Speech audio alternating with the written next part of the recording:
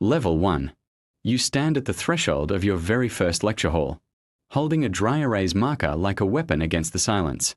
The room smells of old carpets, nervous sweat, and the sharp tang of cheap coffee. 50 pairs of eyes stare back at you, waiting for you to speak, waiting for you to prove you belong at the front of the room. You are only 25, wearing a blazer you bought on sale, pretending that the tremor in your hand is just enthusiasm.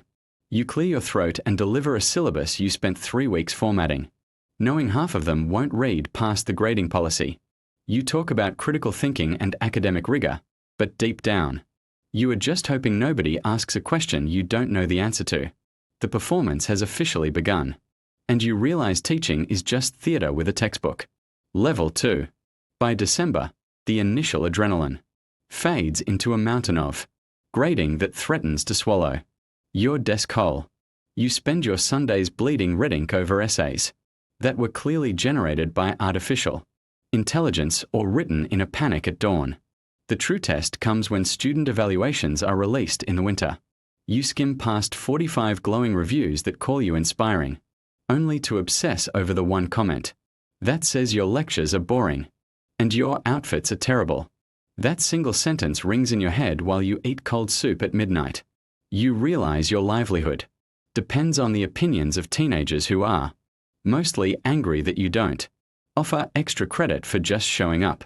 You learn to smile through the frustration, filing the paperwork away while adjusting your tone for the next semester's audience, playing the game. Level 3. The transition from a temporary instructor to an assistant professor feels like escaping a burning building only to enter a marathon. The tenure clock starts ticking immediately, a relentless metronome counting down 7 years of your youth.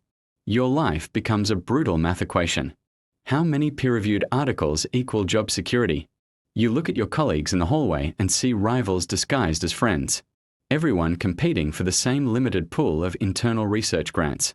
You spend your summers trapped inside archives and laboratories, writing abstracts for international conferences, where you will speak to a room of 7 people. Your partner asks when you will finally be present for dinner, but your mind is always trapped in the footnotes of an unfinished chapter. You are sacrificing your present self for a future that a committee might still decide to deny you. Level 4.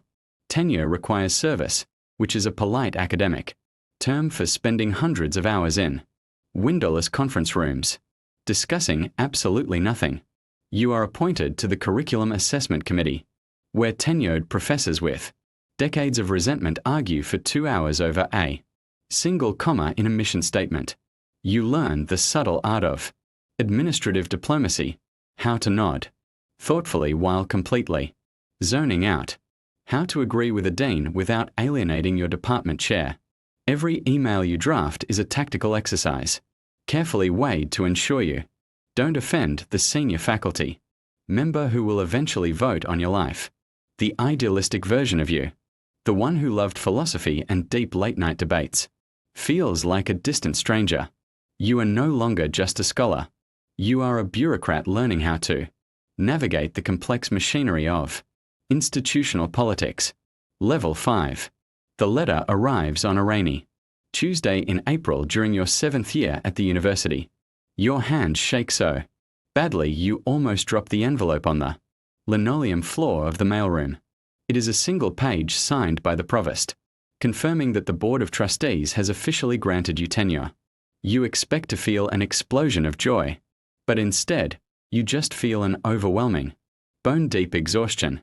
You walk back to your office, sit in your cheap synthetic leather chair, and stare out the window at the quad. You are safe. You can never be fired without extreme cause. But as you look at the towering stacks of books around you, a terrifying thought creeps into your mind. You won't ever have to leave this place, which means you might actually spend the rest of your life in this exact room. Level 6. Now you are the senior faculty member, sitting on the other side of the heavy mahogany desk. Young, terrified applicants look at you with the same desperate hunger you used to carry in your eyes.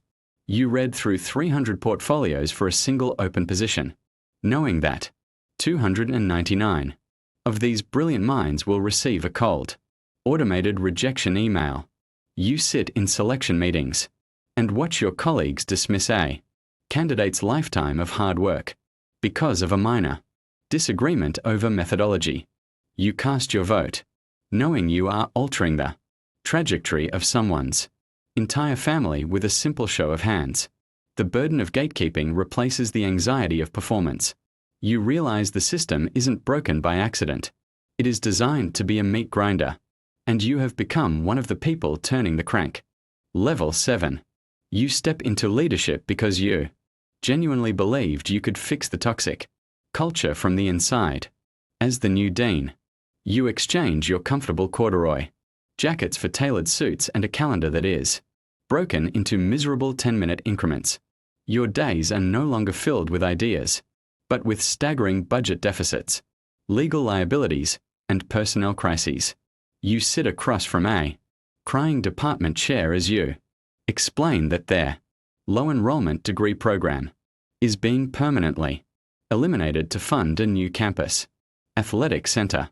You realize that universities are no longer sanctuaries of higher learning. They are hedge funds with dormitories attached. You spend your evenings at country club fundraisers, laughing at the terrible jokes of wealthy donors, desperately trying to convince them to fund scholarships for students who will never know your name. Level 8. The summit of the mountain is the loneliest place on earth.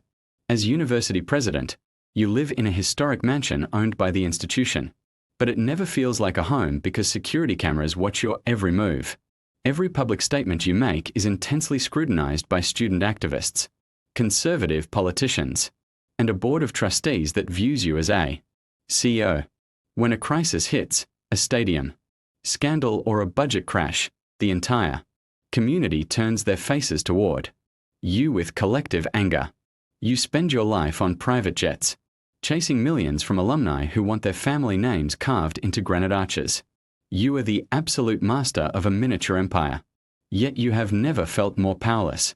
You have sacrificed your research, your passions, and your privacy to preserve an abstract symbol that will eventually replace you. Level 9.